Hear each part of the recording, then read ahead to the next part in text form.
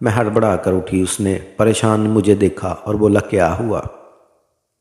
میری آنکھوں کے سامنے رات والا منظر آیا۔ میں نے اس لڑکے کو دیکھا اور پوچھا میں یہاں کیسے؟ اس نے کہا یہی تو میں پریشان ہوں، اور آج جب میں اٹھا تو تم کمرے میں نہیں تھے۔ میں باہر دیکھا تو زمین پر گرے ہوئے تھے اور بے ہوش تھے۔ جب سے اب ہوش میں آئے تمہارے کسی جاننے والے کا بھی پتہ نہیں تھا، ورنہ اس کو بلا لیتے۔ میں بھی تھک گیا تھا، تمہیں جگا کر میں نے اپنے ماتھے پر آیا پسینہ صاف کیا اور بولا نہیں، بس ایسے ہی چکر آ گئے تھے، تم پریشان نہ ہو، اور لڑکا چلا گیا۔ مگر میں ابھی بھی پریشان بیٹھی تھی۔ وقت دیکھا تو جلدی سے اٹھی، مگر مجھے پھر سے چکر آنے لگے۔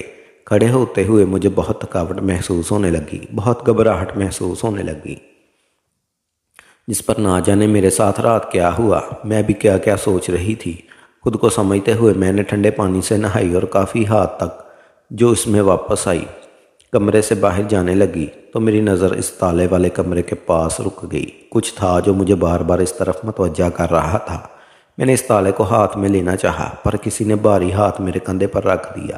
مجھے اپنا کندھا ٹوٹتا محسوس ہوا۔ میں جلدی سے پلٹی اور ہاتھ جھٹک دیا۔ دیکھنے پر معلوم ہوا یہ تو وہ چوکیدار تھا جو مجھے تیز نظر سے دیکھ رہا تھا۔ میں نے کہا کیا ہے؟ ایسے کیوں دیکھ رہے ہو؟ اس چوکیدار نے کہا میں بھی یہی دیکھ رہا ہوں، تم ایسے کیا دیکھ رہے ہو؟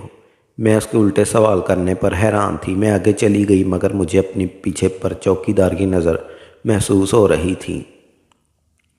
میں نے پلٹ کر دیکھا، چوکیدار تھا۔ مجھے یہاں سے جلد از جلد اس جگہ سے نکلنا تھا، لیکن میرا مقصد مجھے ابھی اور پورا کرنا تھا۔ میں چوکیدار کے پاس چلی گئی۔ جب کسی کو فون پر بات کرتے سنا، یہاں سے آج یقیناً واپس نہیں جانے کا دیں گے، جو بھی ہوگا اس کی سوچ سے زیادہ ہوگا۔ پہلے تو بچ گئی، مگر اب اس کا بچنا مشکل ہے۔ میں فوراً سمجھ گئی یہ میری باتیں کر رہے ہیں، مگر اس وقت ان کے سامنے جانے سے میرا نقصان نہ ہو جائے۔ میں ڈر گئی، مگر یہ وقت جذبات سے کام لینے کا نہیں تھا۔ اس دن کے لیے میں کتنے مشکل کام کر کے آئی ہوں، اب میں پیچھے نہیں ہٹ سکتی۔ جو بھی کرنا ہے جلدی ہی کرنا ہے، اور ویسے بھی تو یہی سوچا تھا میں نے، اب کیا ڈرنا۔ میں سیدھا کمرے سے چلی گئی، مگر کسی نے کوئی بھی ایسا رد عمل ظاہر نہیں کیا جس سے میں ڈر رہی تھی۔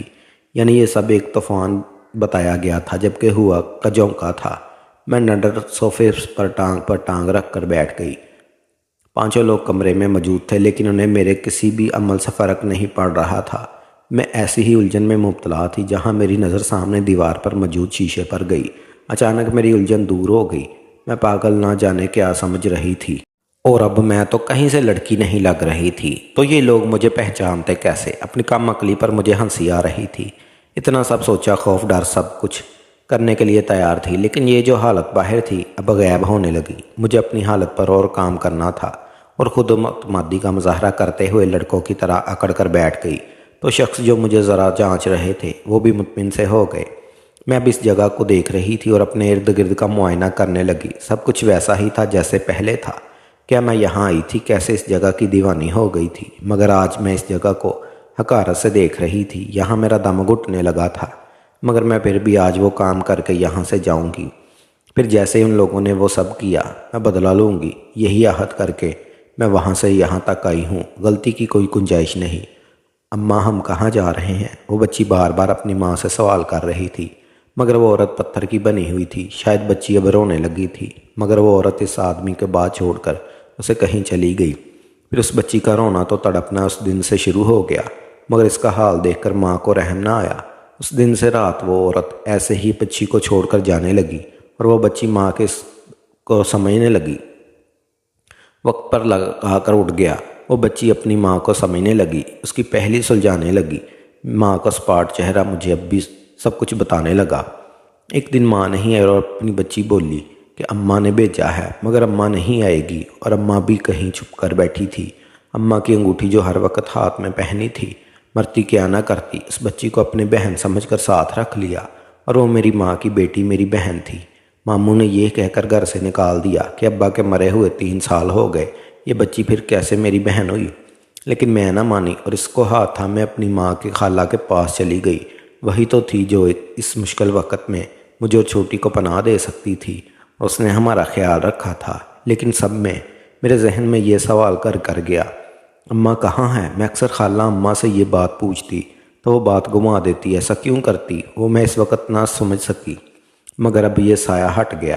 اور سچ کا سامنا میں کر نہیں پا رہی تھی۔ اب مجھے بس اماں سے ملنا ہی تھا جو اسی سب کا صحیح مطلب بتا سکتی تھی، مگر اماں سے میں کیسے ملوں کچھ سمجھ نہیں آ رہا تھا۔ جب خالہ اماں کی بات کرنے لگی تو میں نے اس سے پوچھا کہ اب تو بتا دے اماں کہاں ہیں۔ میری امید تھی کہ خالہ آج بتا دے گی۔ خالہ اماں نے کہا کہ بیٹی بس میں اتنا جانتی ہوں کہ تیری ماں کسی نے اپنے پاس بہت عزت سے رکھا ہے، مجھ سے بڑے مان اور اعتبار سے اس کا ساتھ مانگا، میں بھی مان گئی، لیکن اس سے زیادہ مجھے کچھ نہیں پتا۔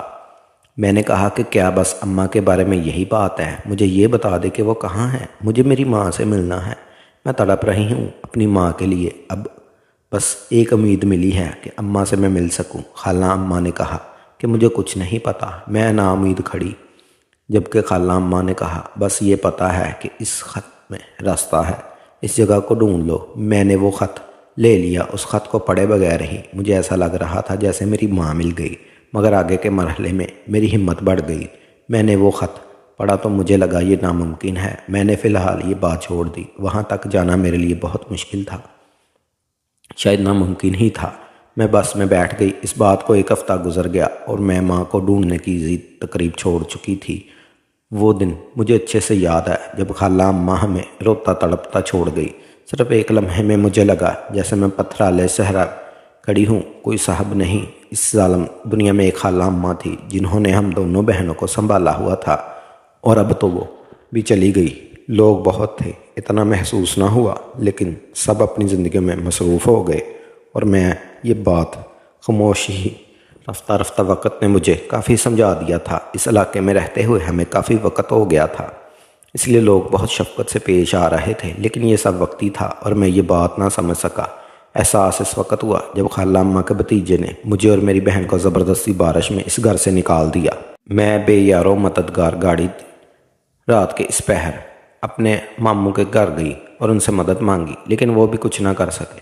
بس انہوں نے ایک بہن کو اپنے پاس رکھنے کا بولا۔ میں اپنے پاس گاڑی پیاری سی بہن کو دیکھا جو کہ صحیح سہمی ہوئی تھی۔ ایک لمحہ لگا مجھے فیصلہ کرنے میں۔ میں اپنی بہن کے مامی کے پاس چھوڑ کر انجانی منزل کی طرف چل دی۔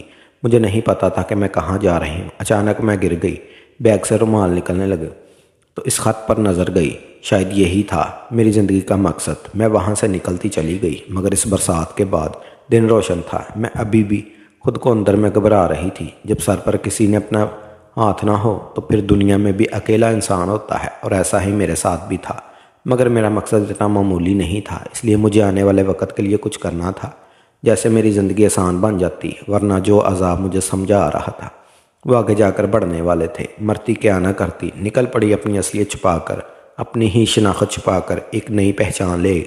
میں انجانی دنیا میں اپنی ماں کو ڈھونڈنے آئی تھی۔ اس حد کے مطابق میری اماں اس بدنام جگہ پر تھی، مگر یہاں تو مجھے ہر برائی نظر آ رہی تھی۔ اماں تو اس جگہ کا تصور بھی نہیں کر سکتی تھی، پھر کیسے میں ماضی کے سمندر میں گر گئی۔ جب کسی نے میرے کندھے کو جھنجھوڑا اور بولا کہ یہ جگہ ایسی ہی ہے، یہاں تو شیطان بھی سو جائے تو پھر بندہ انسان ہے۔ میں اسے انسان کی بات اچھے سے سمجھ گئی، لیکن خاموشی نہیں، کیونکہ ابھی کوئی بھی قدم میری منزل سے دور کر سکتا تھا۔ میں جیسے ہی کمرے کے اندر داخل ہوئی، وہاں کا ماحول دیکھ کر مجھے لگا میں غلط جگہ آ گئی۔ ایک اور راستہ گزر کر مجھے لگا میں کسی شادی میں آ گئی ہوں۔ چاروں طرف روشنیاں، رنگین پردے، یہ سب تھا، مگر اس وقت تو یہ بات مجھے سمجھ نہ آ رہی تھی۔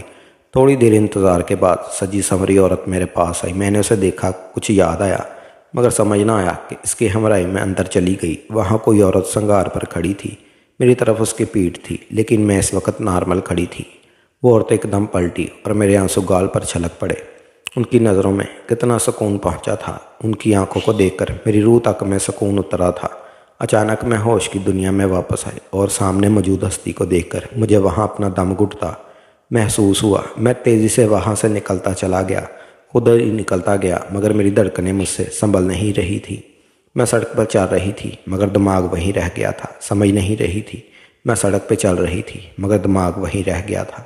ناظرین، آپ سب لوگوں کو یہ کہانی کیسی لگی کمنٹ کر کے ضرور بتائیے گا، اور ایسی ہی کہانی سننے کے لیے ہمارے چینل کو سبسکرائب کریں تاکہ نئی آنے والی ویڈیو کا نوٹیفیکیشن سب سے پہلے آپ کو مل سکے۔